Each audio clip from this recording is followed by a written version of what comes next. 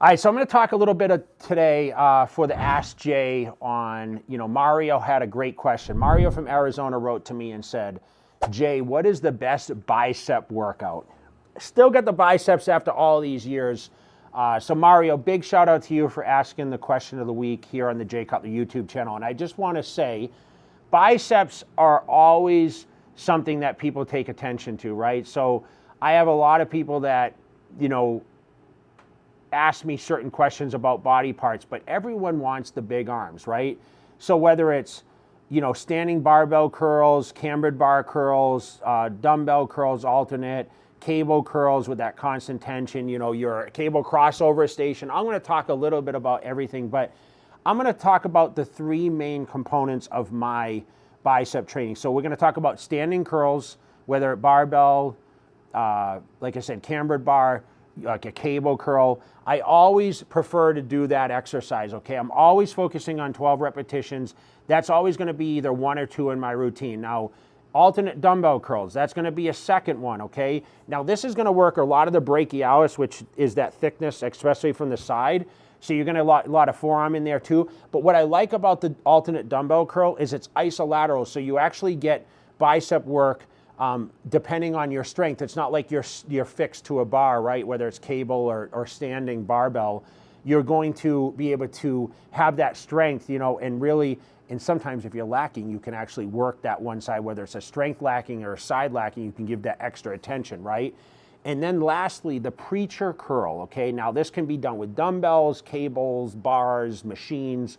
There's so many variations, and we talk about arm training. If I did this video 10 years ago, we were very limited on what we could actually talk about. But anytime where the elbow's in a fixed position, right, you're going to isolate the biceps. So you're going to take a lot of the shoulders out, and that tends to be a problem with a lot of people is, their shoulders overpower their biceps, or, they throw their bicep training in after doing like a back routine, which I I prefer to do bis and tris together. I've done all routines, and for you guys that do your back and biceps or your chest and biceps, just make sure you prioritize. So meaning, why not do the biceps first? Why pick the large muscle group? Sometimes switch it up.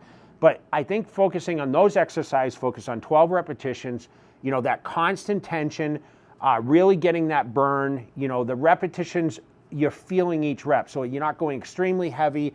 I think you need a minimum of 8 reps per set, okay? So I wouldn't do anything like 4 reps, 3 reps, that heavy a weight. You want to focus on getting that pump in there, pushing those nutrients, pushing the blood through, really tearing those fibers, and of course getting out of the gym and feeding it.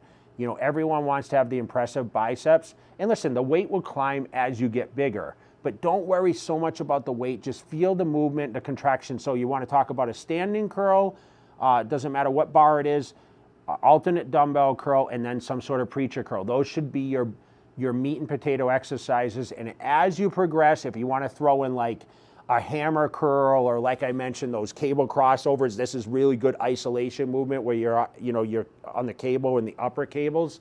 Really focus on the isolation, getting those biceps worked. And listen, I always didn't have the biggest arms, but by the time I won the Mr. Olympia, the arms were pretty solid. So make sure you guys check out our next Ask Jay question here at the Jay Cutler YouTube every Monday for Cutler Nutrition. I am supporting and, of course, giving you guys that edge to keep pushing yourselves, all right? See you next week.